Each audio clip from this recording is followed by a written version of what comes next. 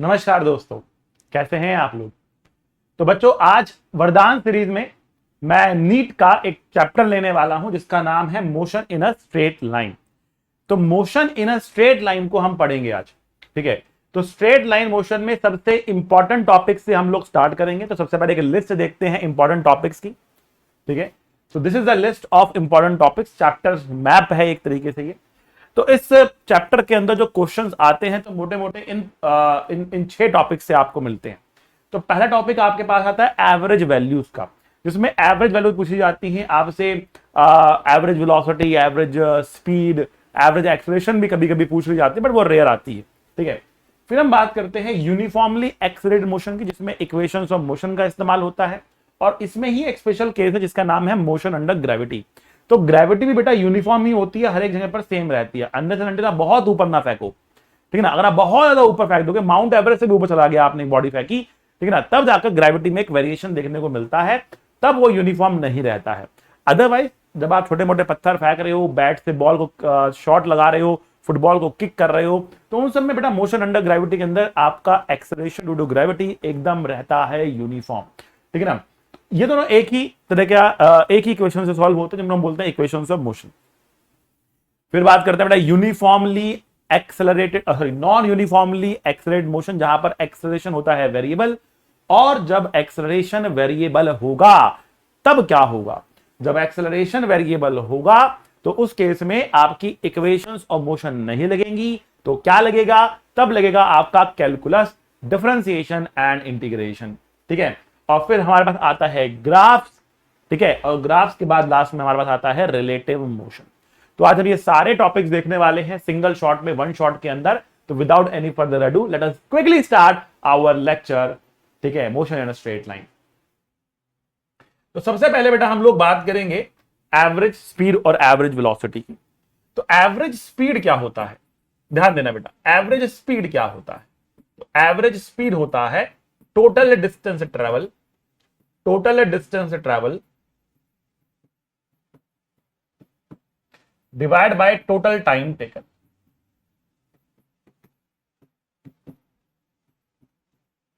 तो average speed क्या है बेटा? एवरेज स्पीड है total distance travelled divide by total time taken. इसको बोलते हैं एवरेज स्पीड। कितना डिस्टेंस चला, कितना समय लिया, कितना डिस्टेंस चला, कितना समय लिया। ठीक है ना। अब अगर हम बात करें एवरेज वेलोसिटी की, तो एवरेज वेलोसिटी और एवरेज स्पीड एक जैसी चीजें नहीं है, ये बिल्कुल अलग अलग चीजें हैं। एवरेज वेलोसिटी क्या चीज है? तो एवरेज वेलोसिटी होता है टोटल डिस्प्लेसमेंट,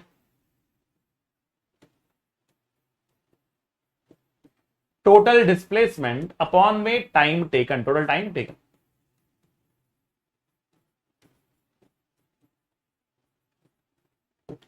कि भैया कितना डिस्प्लेसमेंट हुआ और कितना समय लिया गया। फॉर एग्जाम्पल, मान लिया आप यहां से चलना शुरू करते हैं और यहां पहुंच जाते हैं, ये ए है और ये पॉइंट बी है।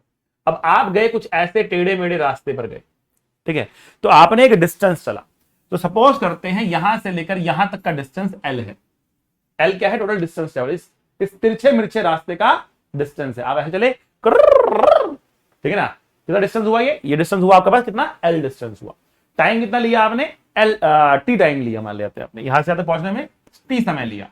तो जो एवरेज स्पीड होगी ये क्या होगी? एवरेज स्पीड में टोटल डिस्टेंस ट्रेवल लेंगे, that is L. Time taken हमारे पास कितना है? टी है। वहीं पर अगर आपको एवरेज वेलोसिटी जाननी है, तो एवरेज वेलोसिटी की अगर बात करें तो ए से लेकर बी तक आप एक स्ट्रेट लाइन खींच देंगे। ए से लेकर बी तक आप एक स्ट्रेट लाइन खींच देंगे और ए से बी तक की जो स्ट्रेट लाइन है वो आपको देगा डिस्प्लेसमेंट, जिसको हम लिखेंगे बेटा डी। क्या लिखेंगे इसको? इसको लिखेंगे हम डी। सो एवरेज वेलोसिटी क्या हुआ? एवरेज वेलोसिटी हुआ टोटल डिस्प्लेसमेंट जो कितना है? डी है। टाइम टेकन जो कितना है? टी है।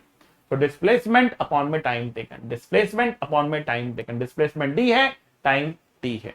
यहां पर एल अपॉन टी किया, यहां पर डिस्प्लेसमेंट, डिस्प्लेसमेंट का शॉर्टेस्ट पाथ जो है वो आएगा। तो बेटा ये हुआ आपका एवरेज वेलोसिटी। अब हम लोग बात करते हैं इसमें दो स्पेशल केसेस की। दो स्पेशल केसेस जो सबसे ज्यादा पूछे जाते हैं मेडिकल के अंदर, ठीक है ना, वो कौन से हैं? तो पहला केस है इक्वल डिस्टेंस का, इक्वल डिस्टेंस का, और दूसरा केस है इक्वल टाइम का, इक्वल टाइम का। क्या मतलब है ऐसा कहने का, समझाता। तो पहले केस में हम क्या कह रहे हैं, पहले केस में कह रहे हैं कि एक जर्नी हो रही है, यहां से लेकर यहां तक की एक जर्नी हो रही है, ठीक है, और इस जर्नी का एक मिड पॉइंट, ये क्या है, ये है मिड पॉइंट, मिड पॉइंट है ये। तो जितना भी डिस्टेंस ये है, मान लीजिए डिस्टेंस डी है, तो उतना ही डिस्टेंस बेटा ये भी होगा डी, ठीक है, बराबर बराबर डिस्टेंस हो गया। लेकिन पहले पहले रास्ते, पहला आधा रास्ता जो है, फर्स्ट हाफ जो है, उसमें स्पीड हमने ली है v1 और सेकंड हाफ में हमने स्पीड ली है v2। तो फर्स्ट हाफ के अंदर जो डिस्टेंस ट्रेवल हो रहा है वो v1 स्पीड से हो रहा है, सेकंड हाफ में जो डिस्टेंस ट्रेवल हो रहा है वो v2 से हो रहा है। क्लियर? तो बाइक यहां से स्टार्ट करी आपने, बाइक पे बैठे आप, बाइक स्टार्ट करी, ठीक है ना, तो आधे रास्ते तो आप गए v1 से, आराम आराम से जा रहे हो, एकदम से आपको याद आया, अरे मैं तो लेट हो रहा हूं, स्पीड बढ़ाई जाए, ठीक है ना, और फिर आपने जैसे ही आधा रास्ता पार किया, स्पीड को एकदम से बढ़ा दिए, तो कहां पहुंच गए, यहां पहुंच गए, ठीक है। तो ये v1 रहा, ये v2 रहा, ये डिस्टेंस d है, ये भी डिस्टेंस कितना है, d ही है, ठीक है। तो अब यहां पर जब बराबर बराबर डिस्टेंस पे अलग अलग रफ्तार हो, जब बराबर बराबर डिस्टेंस पे अलग अलग रफ्तार हो, तो एवरेज स्पीड का फॉर्मूला आता है, एवरेज स्पीड का फॉर्मूला आता है, क्या आता है, एवरेज स्पीड का फॉर्मूला आता है 2v1 v2 divide by v1 plus v2। याद कर लेंगे बेटा, इसको याद कर लेंगे, एवरेज स्पीड का फॉर्मूला आता है 2v1 v2 divide by v1 plus v2, ठीक है। क्लियर हुई बात आपको? तो ये रिजल्ट आपको एज इट इज याद करना है, ये है आपका वरदान, ये याद करना है आपको। ये वरदान की प्राप्ति तब हो जब ये फॉर्मूला याद होगा, ठीक है। तो फॉर्मूला को याद कर लेना है। तो एवरेज वेलोसिटी या इसको वी एवरेज कह दिया जाए तो बेटर रहेगा, इसको वी एवरेज कह दिया जाए तो बेटर रहेगा। सो लेट मी से दिस इज द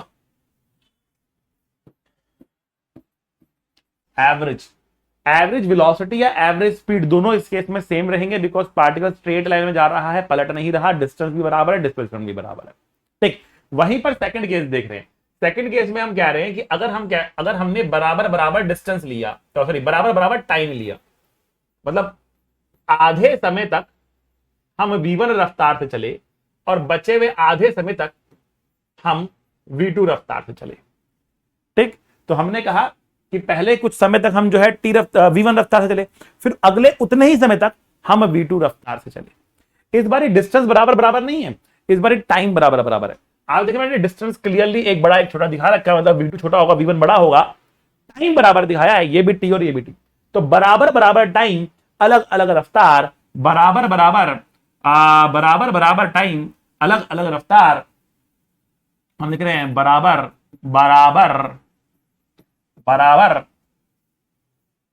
मतलब 2, हम लिखते हैं ना बचपन में हिंदी की बुक्स के अंदर -2 डबल डबल होता था।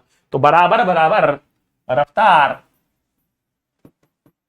बराबर रफ्तार नहीं, बराबर बराबर टाइम, बराबर बराबर समय, अलग अलग रफ्तार, अलग अलग रफ्तार।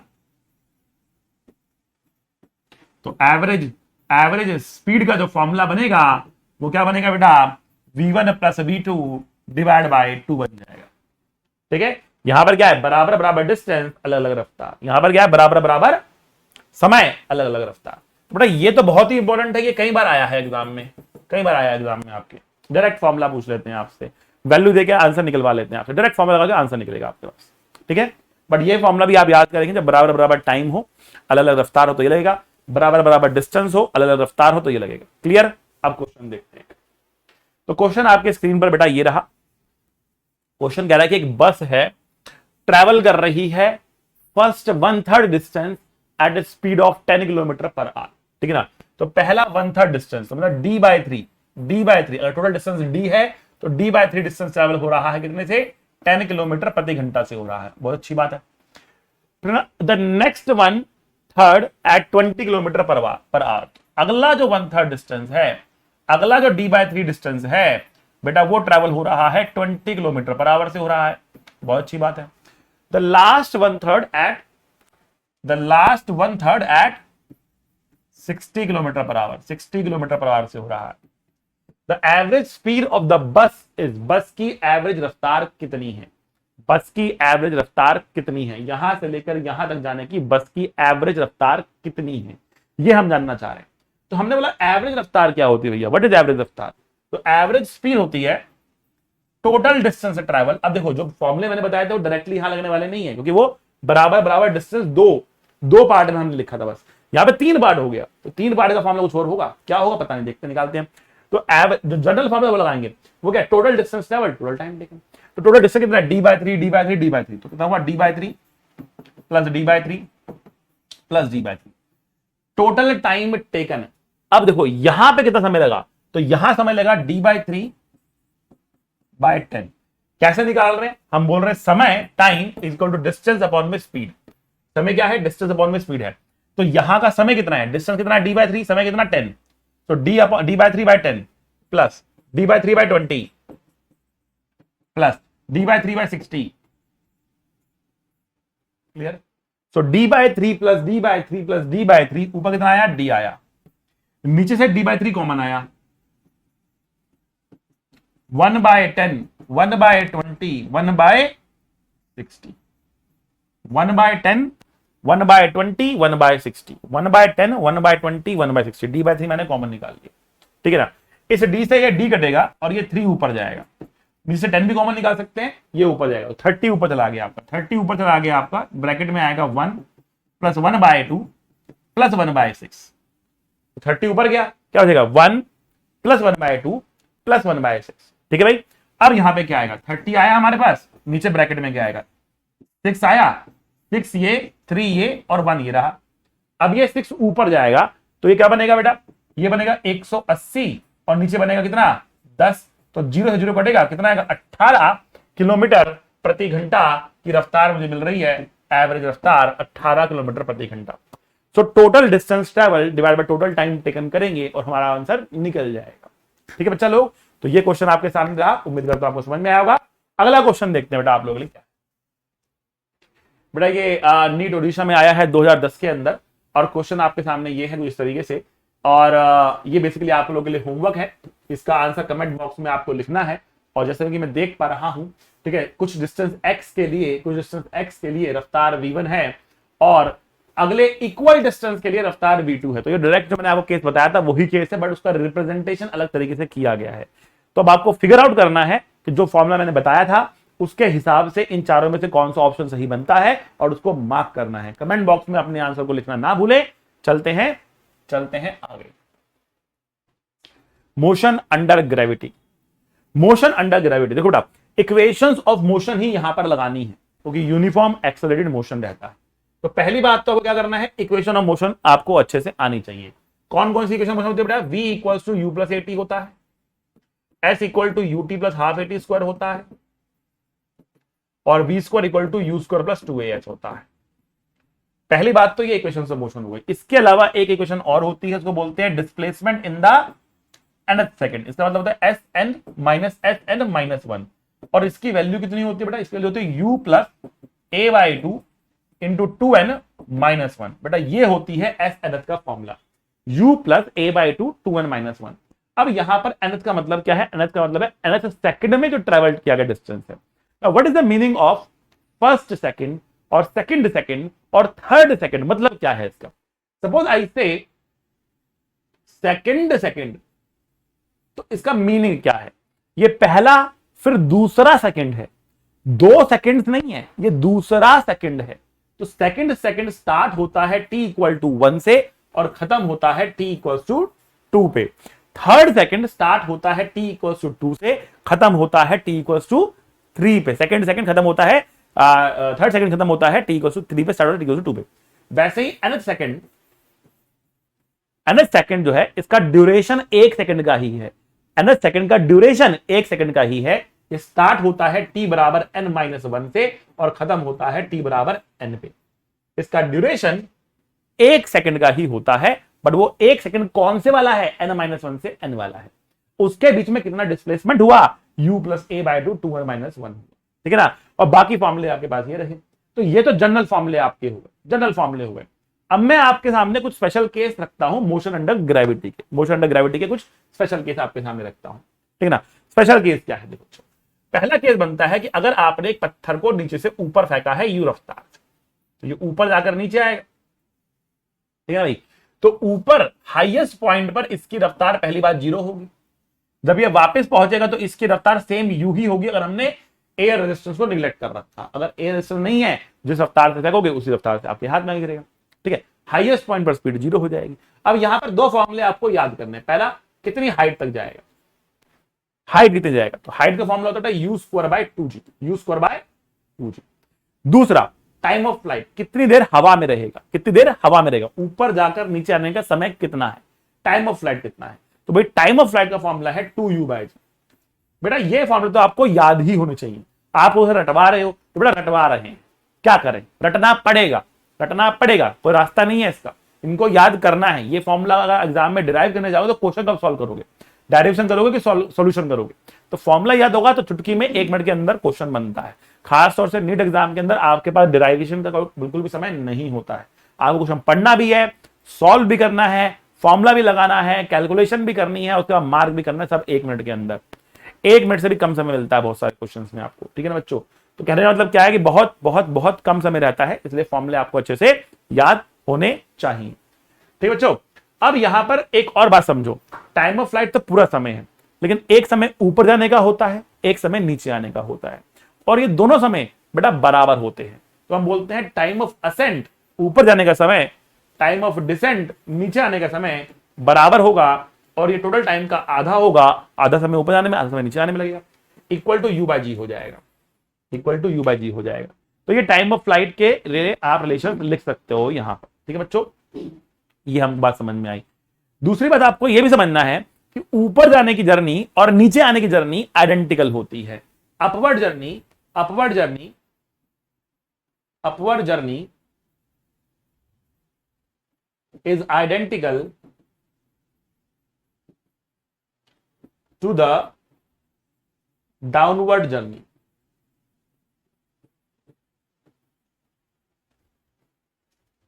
Upward journey is identical to the downward journey, ऊपर जाने की जर्नी नीचे आने वाली जर्नी के एकदम आइडेंटिकल रहती है। ठीक है बच्चों, आई बात समझ में? अच्छा जी, इसका मीनिंग क्या है सर, मतलब तो बताओ इसका क्या है। आपने कहा आइडेंटिकल है, बट आइडेंटिकल से मतलब क्या है आपका? बेटा मतलब ये है कि अगर आपने यहां पर एक लाइन खींच दी ऐसे, ठीक है, तो यहां से लेकर यहां तक जाने में जितना भी समय लगा t1, यहां से लेकर वापस आने का समय, यहां से वापस आने का समय भी उतना ही होगा t1। बात समझना, यहां से ऊपर जाने का समय अगर t2 है तो यह समय भी कितना होगा बेटा, t2 ही होगा। यहां पर कुछ रफ्तार v1 है तो बेटा यहां पे भी रफ्तार v1 होगी, एकदम आइडेंटिकल, जैसे लेफ्ट में हो रहा है बिल्कुल वैसे ही राइट में हो रहा है, आप कह सकते हो। तो नीचे से ऊपर फेंकोगे तो ये होगा। आई बात समझ में? अच्छा, अब हो सकता है कि क्वेश्चन में आपको कहे ऊपर से हमने ड्रॉप किया है, अगर ड्रॉप करोगे तब क्या होगा, ध्यान देना बात को। h हाइट से अगर आप ड्रॉप करते हो तो आपको दो बातें ध्यान देनी है। नीचे आएगा पत्थर, किस रफ्तार से नीचे आएगा, √2gh रफ्तार से नीचे आएगा, √2gh रफ्तार से नीचे आएगा। तो ये रफ्तार है बेटा, ये रफ्तार है जिससे वो आगे ग्राउंड पे हिट करेगा। दूसरी बात, कितना समय लगाएगा हवा में, कितना समय लगाएगा, तो ये समय लगाएगा √2h/g, √2h/g समय लगेगा, √2h/g। आई बात समझ में? तो √2h/g इज द समय लगाया जाता है, इस जो ये पार्टिकल ड्रॉप करते हैं इतने समय में ग्राउंड पे पहुंचता है। इन सबके अंदर हमने क्या करा हुआ है, एयर रेजिस्टेंस को निगलेक्ट किया हुआ है। ये बात आपको ध्यान में रखकर चलनी है। किसी टावर से अगर ऊपर थ्रो करते हो नीचे थ्रो करते हो तो बेटा फिर तो आपको पूरा इक्वेशन लगाना पड़ेगा, आपके पास कोई डायरेक्ट फॉर्मूला याद करने के लिए नहीं रहेगा, आपको इक्वेशन लगाकर उसको सॉल्व करना पड़ेगा। आई बात समझ में? क्लियर हुआ आपको? बहुत अच्छी बात है। आइए बेटा क्वेश्चन देखते हैं इसके ऊपर। तो क्वेश्चन आपके सामने ये है कि a ball is thrown vertically downward with the velocity of 20 metre per second from the top of a tower. तो एक टावर है हमारे पास, ठीक है ना, और बॉल को हमने नीचे की तरफ फेंक दिया है 20 मीटर पर सेकंड से। It hits the ground after some time the velocity of after some time the velocity of it hits the ground after some time with a velocity of 80 metre per second, the height of the tower is। तो कह रहा है कि जब ये जमीन पे पहुंचा तो ये ग्राउंड पे हिट करता है 80 मीटर पर सेकंड की रफ्तार से। ठीक है, it hits the ground after some time with a velocity of 80 metre per second. तो h हाइट ट्रेवल करने के बाद इसकी रफ्तार बढ़ के कितनी हो गई है, 80 हो गई है। हमने जो फॉर्मूला देखा था उस फॉर्मूले में आपने ध्यान दो बेटा, यहां से हमने ड्रॉप किया था, तो क्या हम ये वाला फॉर्मूला लगा सकते हैं यहां पर? नहीं लगा सकते। We can not use this formula here, right. तो क्या फॉर्मूला बनेगा यहां पर? How to solve this question, इस क्वेश्चन को सॉल्व कैसे करेंगे। तो बेटा इसको हम कहते हैं अपना u है, ये हमारा u हो गया, ये हमारा v हो गया, और एक्सप्रेशन बेटा नीचे की तरफ है g, g की वैल्यू हमको 10 दे रखी है, और ये गया भी नीचे है, गया कितना h नीचे गया, सब कुछ नीचे है, सब कुछ यहां पर क्या है बेटा नीचे है, क्योंकि सब कुछ ही नीचे है तो एक काम करते हैं नीचे वाली डायरेक्शन को ही पॉजिटिव मान लेते हैं और इक्वेशन लगाते हैं v square equal to u square plus 2as। Sir यही इक्वेशन क्यों लगा रहे हो आप, क्योंकि कहीं पर भी मुझे टाइम के बारे में नहीं बताया गया, तो मैं वो वाली इक्वेशन इस्तेमाल नहीं करना चाहता जिसमें टाइम हो, ठीक है ना। तो मैंने यूज किया v square equal to u square plus 2as। तो v की वैल्यू है 80, u की वैल्यू है 20 और एक्सप्रेशन है 10 और s की वैल्यू है h। मैंने नीचे डायरेक्शन को ही पॉजिटिव माना था, इसलिए मैंने एक्सप्रेशन को पॉजिटिव डाला है और h को भी पॉजिटिव डाला है। आई बात समझ में आपको। अगर मैं ऊपर वाले को पॉजिटिव डालता, मतलब ऊपर वाले को पॉजिटिव मानता डायरेक्शन, तो मैं इसको भी नेगेटिव लेता और इसको भी नेगेटिव लेता, दोनों नेगेटिव लेता, वो कट के अल्टीमेटली इक्वेशन यही बनने वाली थी। तो ये हो गया आपके पास 6400 minus 400 equals to 20h, 6000 equals to 20h। तो ये 300 मीटर हमारा आंसर आ गया। तो option C is the correct answer, 300 metre. तो इस टाइप से बेटा क्वेश्चन आप लोगों को मिल सकते हैं। तो अगला क्वेश्चन बेटा आप लोगों के लिए होमवर्क के लिए है, आप इसको करोगे और आप कमेंट बॉक्स में अपना आंसर लिखोगे कि सर मेरा आंसर ये आ रहा है। 2011 का क्वेश्चन है आप लोगों के लिए ये। तो चलो, तो क्वेश्चन सॉल्व करना है, कमेंट बॉक्स में अपने आंसर को मेंशन करना है। जब खुद से क्वेश्चन करोगे तब मालूम पड़ेगा कि आपको चीज समझ में आ भी रही है कि नहीं आ रही। अगला बात करते हैं बेटा, अगली बात यहां पर है बेटा नॉन यूनिफॉर्मली एक्सेलरेटेड मोशन के बारे में। नॉन यूनिफॉर्मली एक्सेलरेटेड मोशन बहुत सिंपल सी बात करता है कि जब एक्सेलरेशन वेरिएबल होगी तब क्या करना है। तो आपको डिफरेंशियल इक्वेशन मतलब कैलकुलस का इस्तेमाल करना पड़ेगा, डिफरेंशिएशन और इंटीग्रेशन का इस्तेमाल करना पड़ेगा। v equals to dx by dt लिखोगे, ठीक है ना, a is equals to dv by dt लिखोगे, या a is equals to v dv by dx लिखोगे। ये है तीन फॉर्मूले डिफरेंशिएशन के। वैसे ही तीन फॉर्मूले आपके इंटीग्रेशन के बनेंगे। आप बोलोगे dx का integration is equals to v dt का इंटीग्रेशन, ठीक है ना। यहां आप बोलोगे dv का integration is equals to a dt का इंटीग्रेशन। यहां पर आप बोलोगे v dv का इंटीग्रेशन बराबर a dx का इंटीग्रेशन। लेकिन फॉर्मूला आपको डिफरेंशिएशन का लगाना है कि इंटीग्रेशन का लगाना है, यह कैसे मालूम पड़ेगा, ठीक है ना। तो फॉर्मूला आपको कौन सा लगाना है उसके लिए हमारे पास एक रूल है जिसको हम कहते हैं आरजी रूल। अब ये आरजी कौन है, हु इज दिस आरजी? क्या आरजी एक साइंटिस्ट है? आरजी रूल हम कह रहे हैं, क्या आरजी एक साइंटिस्ट है? नहीं बेटा, आरजी एक साइंटिस्ट नहीं है, आरजी एक प्रोफेसर है, आपके सामने है, ठीक है ना। ये मेरा रूल है, ठीक है ना, RG rule, Rohit Gupta rule, ठीक है ना। तो ये क्या कह रहा है, ये रूल सिंपल सी बात ये कह रहा है कि देखो, अगर आपको x दिया हो और आपको v निकालना हो तो डिफरेंशिएट कर देना, ठीक है ना। अगर आपको v दिया हो और आपको a निकालना हो तो डिफरेंशिएट कर देना, ठीक है ना। अगर आपको a दिया हो और आपको v निकालना हो तो आप इंटीग्रेट कर देना। अगर आपको v दिया हो और आपको x निकालना हो तो इंटीग्रेट कर देना। तो यह है आपका सुंदर सा आरजी रूल। मजा आया तो ठोको ताली, ठीक है बच्चों। तो हमने कहा आरजी रूल क्या है, x से v निकालना हो डिफरेंशिएट, v से a निकालना हो डिफरेंशिएट, a से v निकालना हो इंटीग्रेट, v से x निकालना हो इंटीग्रेट। सिंपल सा रूल आरजी रूल, ठीक है बच्चा। चलो आगे बढ़ते हैं, ठीक है, ये हमने पढ़ लिया। तो अब हम बात करते हैं, सीधा क्वेश्चन पर आते हैं। इन्हीं के ऊपर कहीं ना कहीं घूम फिर के क्वेश्चन आप लोगों को मिलने वाले हैं, आइदर डिफरेंशिएशन के क्वेश्चन मिलेंगे या इंटीग्रेशन के ऊपर क्वेश्चन मिलेंगे। क्वेश्चन देखते हैं क्वेश्चन क्या है। तो क्वेश्चन है the displacement x of a particle of mass m moving in one dimension under the action of a force is related to time by this। तो आपको दिया हुआ है t बराबर √x प्लस 3, ये आपको दे रखा है, ठीक है ना। The displacement of the particle when its velocity is 0। तो first of all we have to calculate the velocity, right। तो हमें x दिया है और हमसे v पूछा गया है, तो कहीं ना कहीं हमें डिफरेंशिएट करना पड़ेगा, कहीं ना कहीं हमें डिफरेंशिएट करना पड़ेगा, राइट। तो हमने कहा पहले x लिखते हैं, क्या x की वैल्यू हो जाएगी √x हमारे पास है t-3, स्क्वायर करेंगे तो x की वैल्यू हो जाएगी t स्क्वायर प्लस 9 माइनस 60, ठीक है ना, ये हमको मिल जाएगा। अच्छा, अच्छी बात है जी।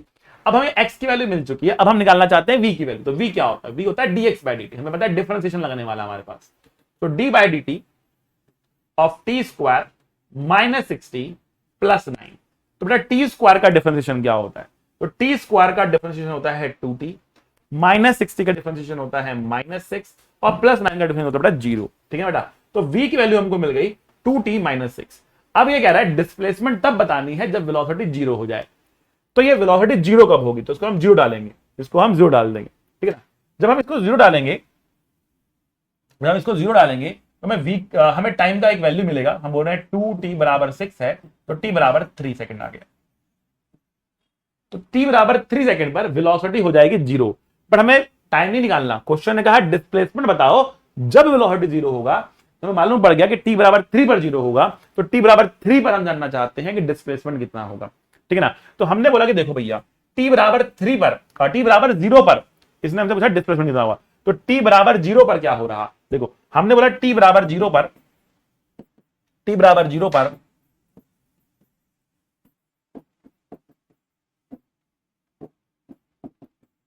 x की वैल्यू 9 आ रही है।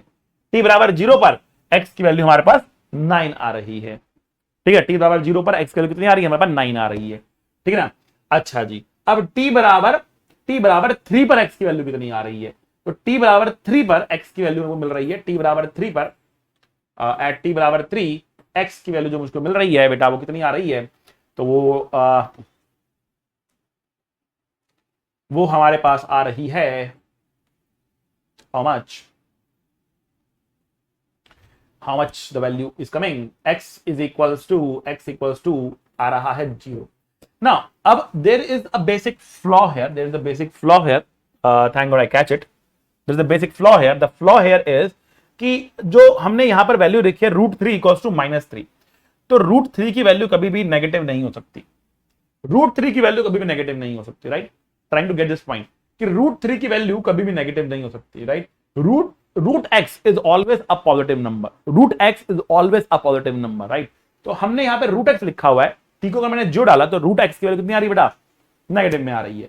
तो basically the question has a flaw, and the question should not ask me what is the displacement। हालांकि इन्होंने x को डिस्प्लेसमेंट ही बोल दिया है, तो चल जाएगा क्वेश्चन, चल जाएगा, कोई वाली बात नहीं है, चल जाएगा क्वेश्चन। इन्होंने क्वेश्चन में x को डिस्प्लेसमेंट ही बोल दिया, हालांकि नॉर्मली हम x को पोजीशन मानते हुए चलते हैं और डिस्प्लेसमेंट निकालते हैं चेंज इन पोजीशन से। बट क्वेश्चन थोड़ा सा ट्रिकी खेला हमारे साथ और क्वेश्चन ने यहां पर डिस्प्लेसमेंट ही बोल दिया है x को। ठीक है ना, तो हम यहां पर केवल x की वैल्यू निकालना चाहते हैं जब वेलोसिटी 0 हो जाए। तो वेलोसिटी 0 हो रही है यहां पर, कहां पे वेलोसिटी 0 हो रही है? यहां पर t बराबर 3 पे, और t बराबर 3 पर x बराबर 0 है, मतलब डिस्प्लेसमेंट बराबर 0 आ गया। तो the correct answer is C। So let me give you a little brief what happened here. Try to understand. Normally in the questions x is position, x क्या होता है? पोजीशन या कोऑर्डिनेट को रिप्रेजेंट करता है। लेकिन in the question very smartly the question designed in a way that it says x is a displacement, x is not a position, x is a displacement। Normally we calculate the displacement by taking the difference of the two positions, कि यहां पर था, फिर यहां पर आया, दोनों का डिफरेंस दिया था, वो डिस्प्लेसमेंट हो गया। बट यहां पर उसने x को ही डिस्प्लेसमेंट कह दिया है, तो हमें केवल x की वैल्यू को ही निकालना है जिस टाइम पर वेलोसिटी 0 हो जाए। आई बात समझ में? तो हमने कहा वेलोसिटी 0 कहां होगी, हमने x लिखा, डिफरेंशिएट किया, r0 लगाया, डिफरेंशिएट किया, टाइम की वैल्यू निकाली, टाइम आया 3 सेकंड। टाइम 3 सेकंड आया, टाइम को 3 सेकंड पुट किया, x वैल्यू को सॉल्व किया, x वैल्यू आई 0। मतलब 0 होगा समय, 0 होगा डिस्प्लेसमेंट जब स्पीड जो है वो 0 होगी, मतलब पार्टिकल ओरिजिन पर आकर रुकेगा, आई बात समझ? ओके चलें। और उसने स्टार्ट भी कहीं ना कहीं ओरिजिन से कैसे था, बोल सकते हो डिस्प्लेसमेंट ही उसकी 0 आ चुकी है। ठीक है, तो खैर अगला क्वेश्चन आप लोगों के सामने बेटा, ये आप लोगों के लिए होमवर्क है, बेटा। होमवर्क हो, तो क्वेश्चन में यहां पर आपको v दिया हुआ है और उसने डिस्टेंस ट्रैवल पूछा है, मतलब क्वेश्चन ने v देकर आपसे x पूछ लिया है। और जब v देकर x पूछा हो तो हमें इंटीग्रेशन करना पड़ता है, v देकर x पूछा हो तो हमें इंटीग्रेशन करना पड़ता है। तो यहां पर आपको बेटा इंटीग्रेशन लगाना पड़ेगा। आई बात समझ में? सिंपल सी बात। तो होमवर्क है बेटा, आप बताना, सॉल्व करना आराम से लेक्चर के बाद, और बताना अपना आंसर कमेंट बॉक्स में कमेंट करना, सर मेरा आंसर ये आ रहा। ठीक है, चलो भाई ग्राफ्स की बात करते हैं। अब ग्राफ्स क्या चीज होती है? तो ग्राफ्स में आपको ध्यान देना है कि डिफरेंशिएशन का मतलब होता है स्लोप, और इंटीग्रेशन का मतलब होता है एरिया अंडर द कर्व। बस ये दो बातें आपको समझनी है, ठीक है। तो अगर आपने लिखा v बराबर dx बाई dt, तो इसका मतलब क्या हुआ? इसका मतलब क्या हुआ? इसका मतलब हुआ कि जो वेलोसिटी है ये स्लोप है किसका? किसका स्लोप है? Of x T graph. लेकिन अब यहां पर एक क्वेश्चन आपके मन में आ सकता है, स्लोप आखिरकार होता क्या है? स्लोप क्या होता है? तो मैं आपको स्लोप बता देता हूं कि स्लोप क्या होता है, बट पहले उससे सारे फॉर्मूले देते हैं। ए की वैल्यू क्या होती है? डी बाई डी टी होती है, मतलब acceleration is slope of PT graph हो गया। अगर आप ये वाला फॉर्मूला यूज करना चाहते हैं तो ये थोड़ा कॉम्प्लिकेट हो जाएगा ग्राफ के लिए, और मेडिकल में इतना कॉम्प्लिकेटेड क्वेश्चन नॉर्मली नहीं आता है। तो it is velocity multiply by v x graph, velocity multiply by v x graph, ठीक है। बट इतना कॉम्प्लिकेटेड क्वेश्चन नॉर्मली मेडिकल में नहीं आता है, तो बहुत चिंता नहीं करनी है इसकी। फिर ये क्या हो गया, ठीक है। अब इसके ही इंटीग्रेशन वाले फॉर्मूले भी हमारे पास हैं, तो मैं आपको इंटीग्रेशन वाले फॉर्मूले अगले पन्ने में बताता हूं क्या फॉर्मूले हैं। हमने बोला कि dx का इंटीग्रेशन होता है vdt का इंटीग्रेशन, है ना। तो dx का इंटीग्रेशन आपको देता है डिस्प्लेसमेंट। क्या देता है? डिस्प्लेसमेंट। और इंटीग्रेशन का मतलब होता है area, area under vt graph, area under vt graph. आई बात समझ में? ठीक है। फिर हम बात करते हैं ए की। ए हो गया आपका एक्सेलरेशन होता है dv बाई dt, राइट। तो यहां पर हम लिखेंगे बेटा, थोड़ा मिटाते हैं हम।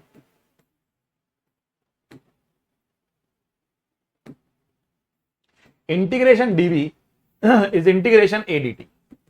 इंटीग्रेशन dv आपको देता है change in velocity, change in velocity, और ये हो जाएगा एरिया अंडर एटी ग्राफ।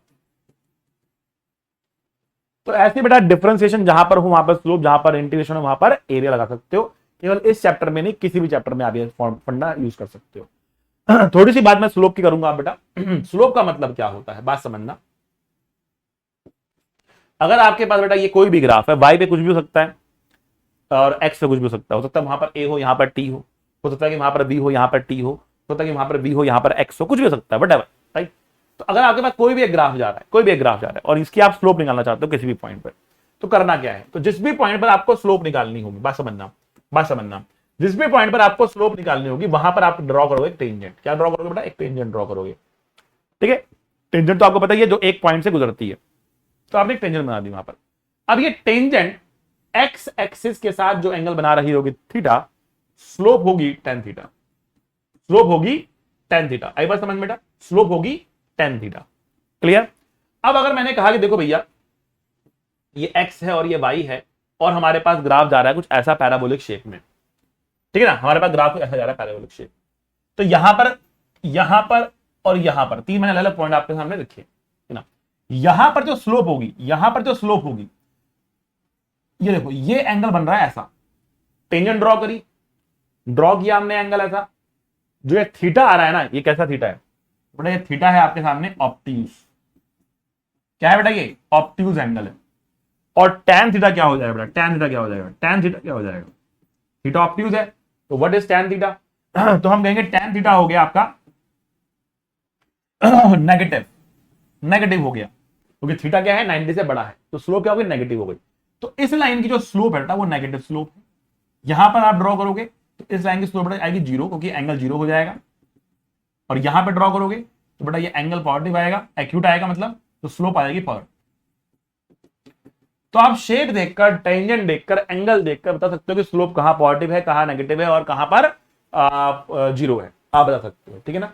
फिर आपको बात तो स्लोप आपको समझ में आई, एरिया समझ में आया, और डिफरेंशिएशन इंटीग्रेशन क्या रिलेशन समझ में आया, काइनेमेटिकल क्वांटिटीज का रिलेशन समझ में आया, ठीक है ना। अब इसके ऊपर हम क्वेश्चन देख सकते हैं। तो एक क्वेश्चन बेटा आप लोगों के सामने, क्वेश्चन है displacement graph of the moving, the displacement time graph of the moving particle is shown below. आपको डिस्प्लेसमेंट टाइम ग्राफ गिवन है। The instantaneous velocity of the particle is negative at the point. किस point पर velocity negative है इसकी, ठीक है ना। तो वेलोसिटी होता है dx बाई dt, समझना बात को, वेलोसिटी होता है dx बाई dt। ठीक है, मतलब हम कह रहे हैं कि जो वेलोसिटी है वो क्या है, वेलोसिटी है slope, slope of xt graph, xt graph का स्लोप है।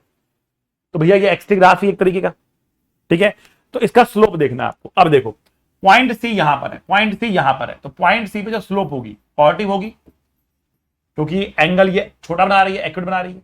डी पॉइंट पर स्लोप क्या दिख रही है, 0 दिख रही है स्लोप। ई पॉइंट में स्लोप नेगेटिव दिख रही है, और एफ पॉइंट पर स्लोप मुझे वापस से पॉजिटिव दिख रही है। तो ई ऐसा पॉइंट है जहां पर स्लोप नेगेटिव है, मतलब वेलोसिटी क्या होगी, नेगेटिव हो जाएगी। तो आंसर कितना आएगा, आंसर आएगा आपका ई, मतलब D, option D answer is E. Point ई पर स्लोप इज नेगेटिव। अंडरस्टूड बेटा, क्लियर है, बहुत शानदार। चलो भैया अगला क्वेश्चन आप लोगों के सामने है, कह रहा है which of the following curve does not represent motion in one dimension.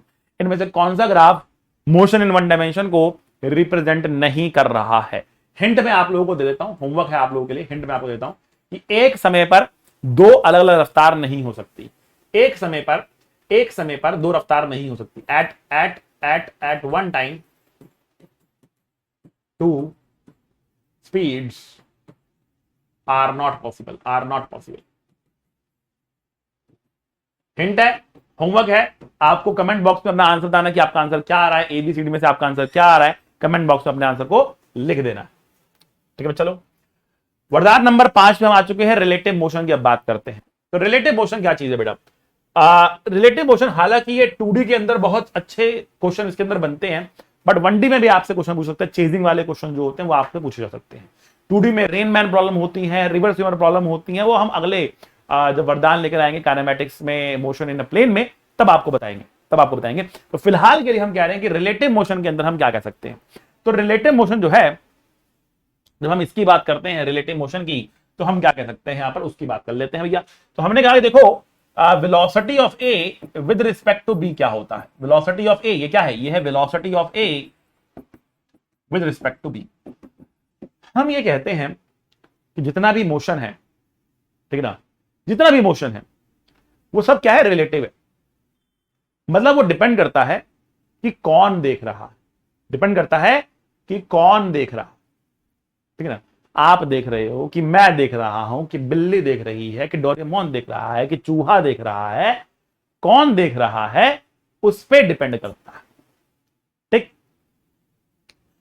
हम रुके हुए हैं कि हम चल रहे हैं, ये क्वेश्चन अपने आप में ही इनकम्प्लीट। क्यों, क्योंकि मोशन तो रिलेटिव है।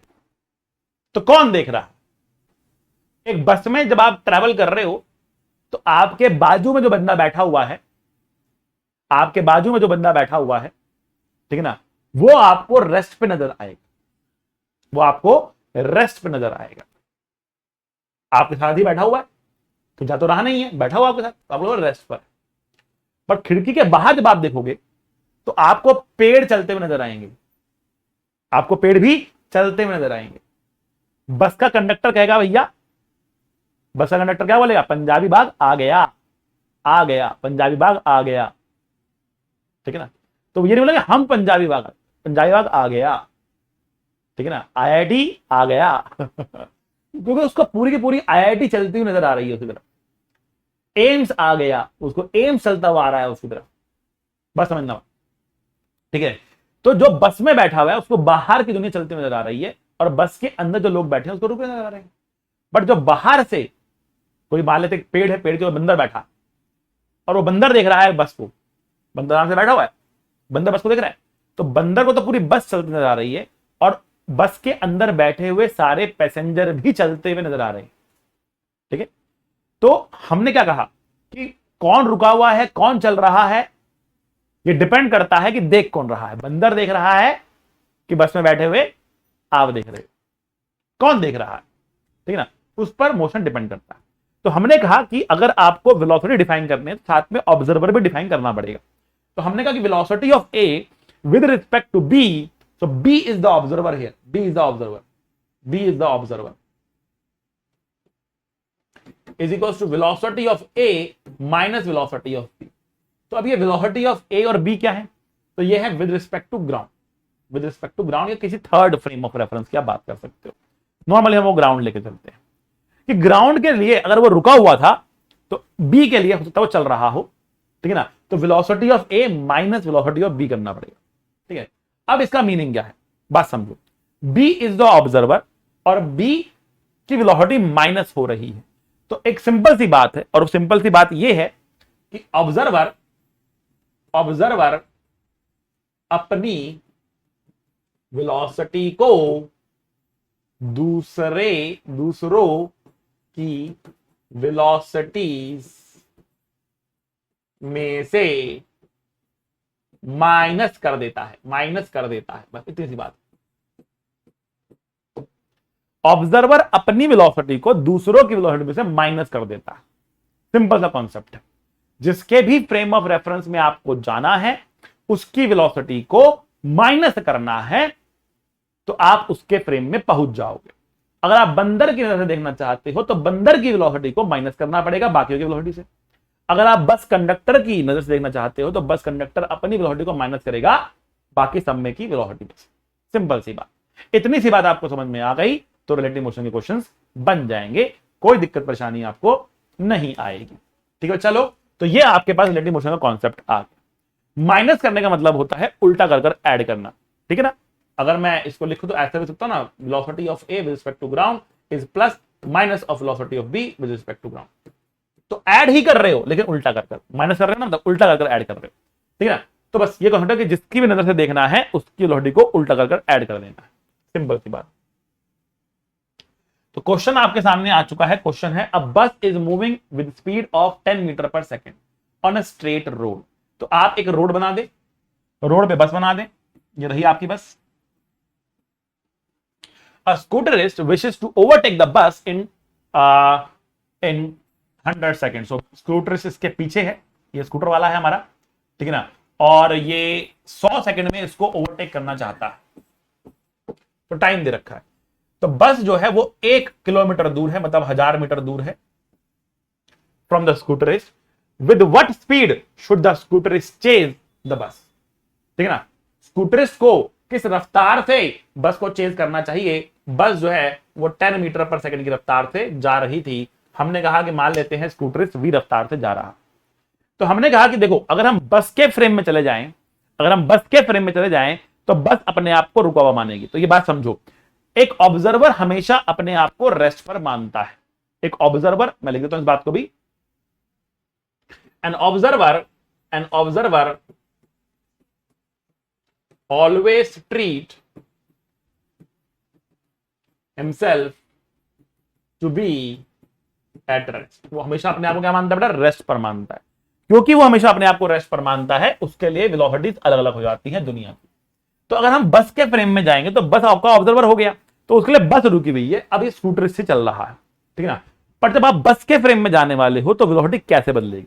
इन बस फ्रेम क्या हो रहा होगा, यहां पे डायग्राम बना, इन बस फ्रेम, बस में बैठे हुए लोगों को क्या दिखेगा, तो हम एक अलग अलग लेते हैं और बस के फ्रेम में चलते हैं। तो बस के फ्रेम में बस रुकी हुई नजर आएगी, और जो स्कूटरिस्ट है वो v से चलता नजर नहीं आएगा। हमें v में बस की वेलोसिटी को उल्टा कर ऐड करना पड़ेगा।